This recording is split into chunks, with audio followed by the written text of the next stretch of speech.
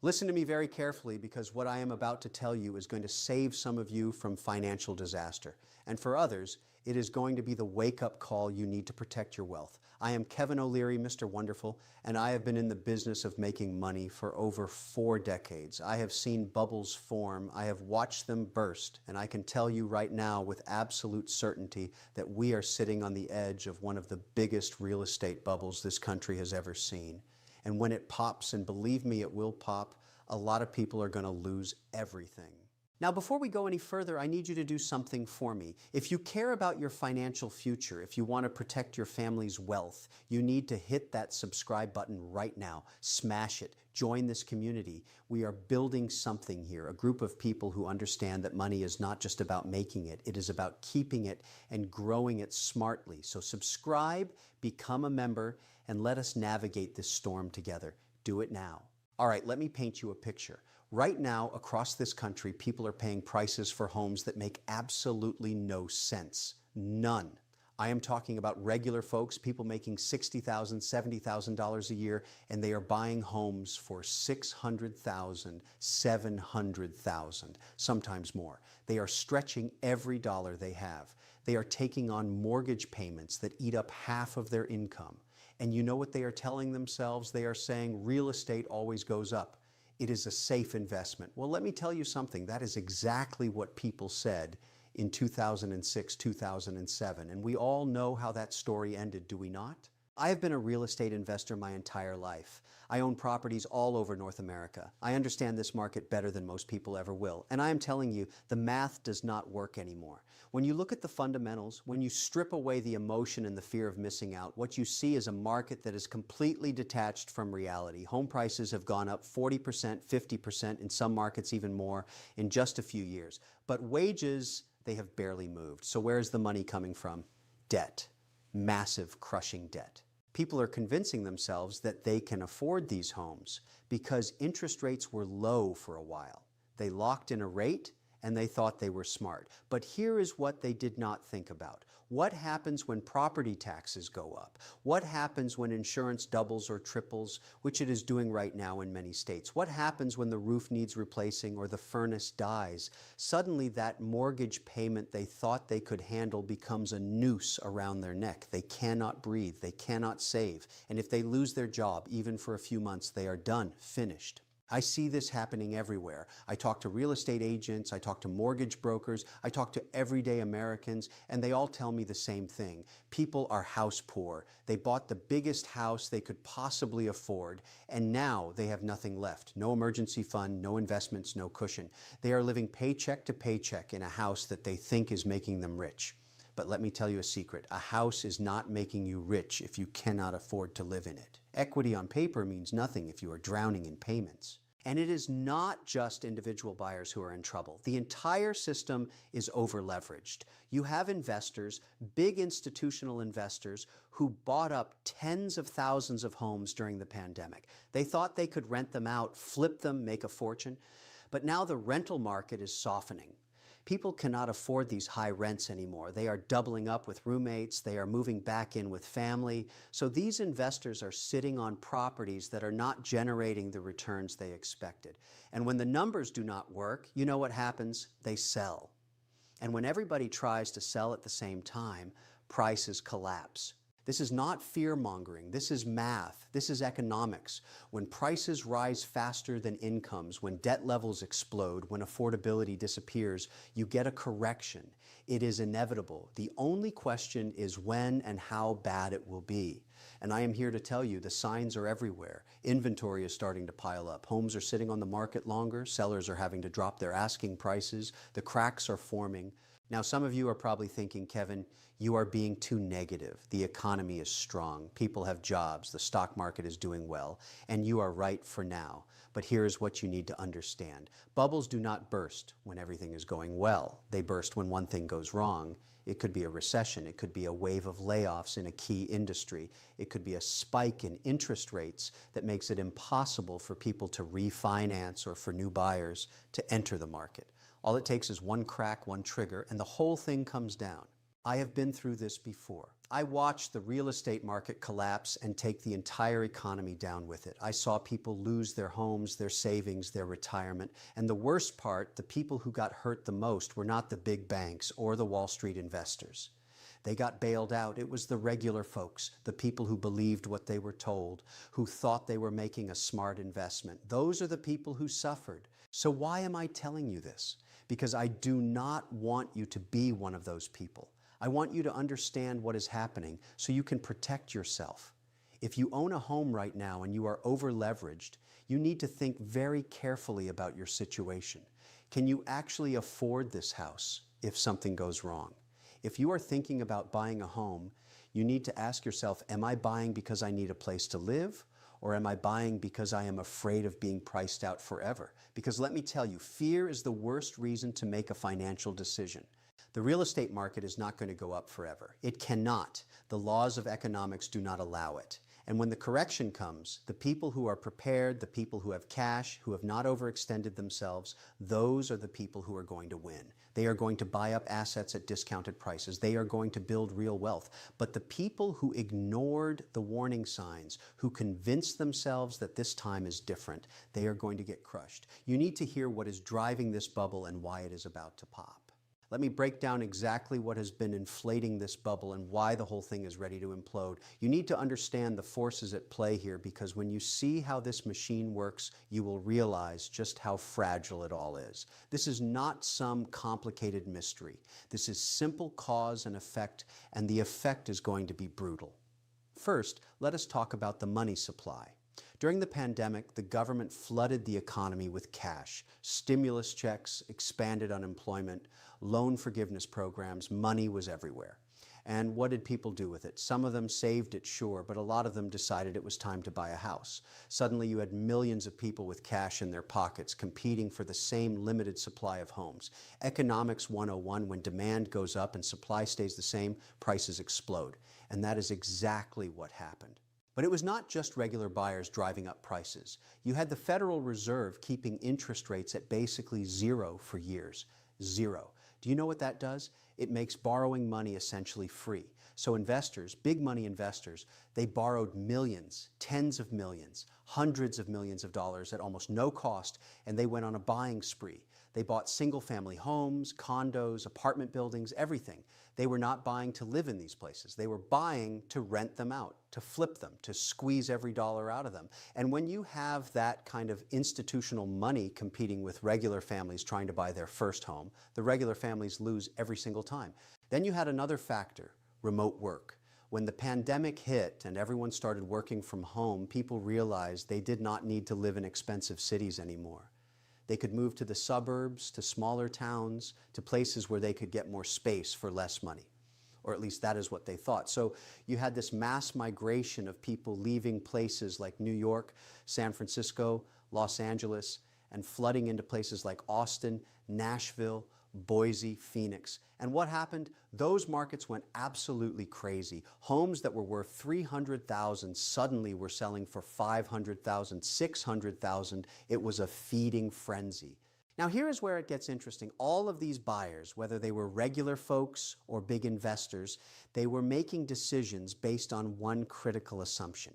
They assumed that the conditions that existed at that moment would continue forever. Low interest rates forever, remote work forever, government money forever, rising prices forever. But in business, in investing, in life, nothing lasts forever. The conditions always change. And when they do, the people who were not prepared get wiped out. So what changed everything? The Federal Reserve realized they had created an inflation problem. Prices were going up on everything, not just houses, food, gas, cars, everything. So they did what they had to do. They started raising interest rates. And they did not just raise them a little bit, they raised them faster and more aggressively than they had in decades. Suddenly, borrowing money was not free anymore. Mortgage rates went from 3% to 7%, 8%. Do you know what that does to affordability? It cuts it in half.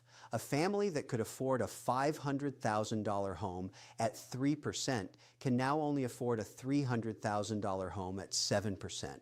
But the prices, they have not come down yet. So you have this massive gap between what people can afford and what homes cost. And the pain is not just on the buyer side. Sellers are in trouble too. A lot of these people bought homes in the last few years at the peak of the market. They paid top dollar. And now they are looking around and realizing that if they had to sell, they might not even be able to get what they paid for it. Some of them are underwater, meaning they owe more on the mortgage than the house is worth. Others are stuck. They cannot sell because they would take a loss, but they also cannot afford to keep the house because their expenses have gone up. Property taxes have skyrocketed in many areas. Insurance, like I said before, has doubled or tripled in states like Florida, Texas, California. People are trapped. Let me tell you something about trapped sellers. They are dangerous, not to anyone else, but to themselves. Because when you are trapped, when you are desperate, you make bad decisions. You hold on too long hoping the market will turn around.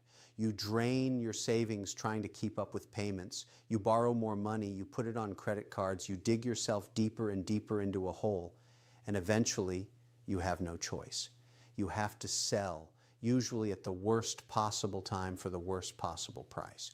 Or worse, the bank forecloses and you lose everything. This is the cycle. This is how bubbles destroy lives.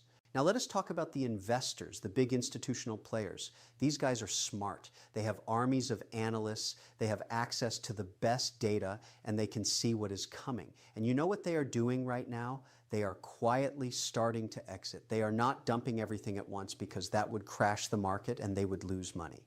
But they are selling slowly, strategically. They are getting out while they still can. And when the big money starts leaving, you better believe it is a sign. These guys do not stick around for the crash. They get out early, they protect their capital, and then they come back in after the crash to buy everything at bargain prices. That is how wealth is transferred, from the unprepared to the prepared. You also have to consider what is happening with new construction. During the pandemic, building new homes became incredibly difficult. Supply chains were broken, lumber prices went through the roof, labor was hard to find. So builders could not keep up with demand. But now a lot of those supply chain issues have been resolved and builders are ramping up production. You are going to see a lot more inventory hitting the market in the next year or two. And when supply increases and demand is falling because people cannot afford the payments, prices have to come down. There is no other outcome. Here is another thing nobody is talking about. The quality of buyers in this market has deteriorated significantly. When money was cheap and easy to get, lenders were giving mortgages to people who had no business buying a home, people with shaky credit, people with unstable income, people who put down tiny down payments or no down payment at all. These are not strong buyers. These are weak buyers. And when the economy gets tough, when layoffs start happening, these are the first people to default. And when defaults start piling up, when foreclosures start hitting the market, that is when the real carnage begins. I have seen this movie before. It is the same story every time. Easy money creates a bubble. Everyone thinks they are getting rich. Then the money gets tight. People cannot afford their payments. Defaults rise. Inventory floods the market. Prices collapse. And everyone stands around asking, how did this happen? How did we not see this coming? Well, let me tell you, some of us did see it coming. We always see it coming, but nobody wants to listen because it is not what they want to hear. The truth is, most people do not understand risk. They think risk is something that happens to other people. They think they are special, they are different, they are smarter. But risk does not care who you are. Risk is mathematical. It is statistical. And when you take on too much debt, when you over-leverage yourself, when you bet everything on the assumption that prices will keep going up, you are not being smart. You are being reckless. And the market punishes recklessness every single time. You need to understand what happens next and how to protect yourself before it is too late. So what happens when this bubble finally pops? Let me walk you through it step by step, because understanding the sequence of events is critical if you want to position yourself to survive and even thrive when this thing goes down. And make no mistake, there will be opportunities in this crisis, but only for the people who are prepared, who have cash, who have not overextended themselves. Everyone else is going to get destroyed. Here is how it starts. You are already seeing the early warning signs. Homes are sitting on the market longer. In a hot market, houses sell in days, sometimes hours, but now you are seeing properties sit for weeks, months. Sellers are getting nervous. They start dropping their asking prices, 5%, 10%, trying to attract buyers. But the buyers are not there because they cannot afford the payments at these interest rates. So inventory keeps building up. More and more homes for sale, fewer and fewer buyers. This is the beginning of the end. Then you get the first wave of distressed sellers. These are people who absolutely have to sell. Maybe they lost their job. Maybe they got divorced. Maybe they have an adjustable rate mortgage that just reset and their payment doubled. Whatever the reason, they are desperate. They need to get out now. So they drop their price aggressively. They take whatever they can get. And when one house in a neighborhood sells for significantly less than the others, it sets a new comparable price. Suddenly, every other house in that neighborhood is worth less too. This is how the contagion spreads. As prices start falling, you get a psychological shift. People who are thinking about buying decide to wait. Why would you buy today if you think prices are going to be lower next month? So demand drops even further. And people who own homes and were thinking about selling, they start to panic. They realize they are losing equity every day. Some of them rush to sell before prices drop more. Others decide to hold on and hope it will turn around. The ones who sell, they add to the inventory problem. The ones who hold on, many of them are going to regret it. Now the banks start to feel the pressure. When you have a wave of defaults and foreclosures, banks end up owning properties they do not want to own. They are not in the real estate business. They are in the lending business. So they need to sell these properties fast to get them off their books. And when banks are selling, they do not care about getting top dollar. They want volume. They want to move inventory. So they dump properties at whatever price the market will bear. And that drives prices down even more. This is when you see the real panic. Homeowners who thought their house was their retirement plan, their nest egg, they watch their equity evaporate. People who bought at the peak, they are now underwater. They owe more than the house is worth. And for a lot of them, the smart financial move is to walk away. Just stop making payments and let the bank take the house. Is it going to hurt their credit? Absolutely. But if you are $200,000 underwater on a house, sometimes walking away is the only rational choice. And when you get a wave of strategic defaults, when people who could make the payments choose not to because it makes no financial sense, that is when the whole system starts to crack. Let me tell you what happens to the broader economy when real estate crashes. It is not contained. It spreads everywhere. Construction workers lose their jobs. Real estate agents lose their income. Mortgage brokers, home inspectors, appraisers, title companies. All of these people depend on a healthy housing market. When home sales dry up, they are out of work. Then you have all the businesses that depend on people buying homes. Furniture stores, appliance stores, home improvement stores, they all take a hit.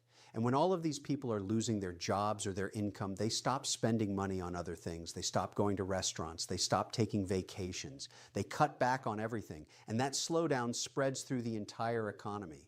This is exactly what happened before. The real estate crash did not stay in real estate.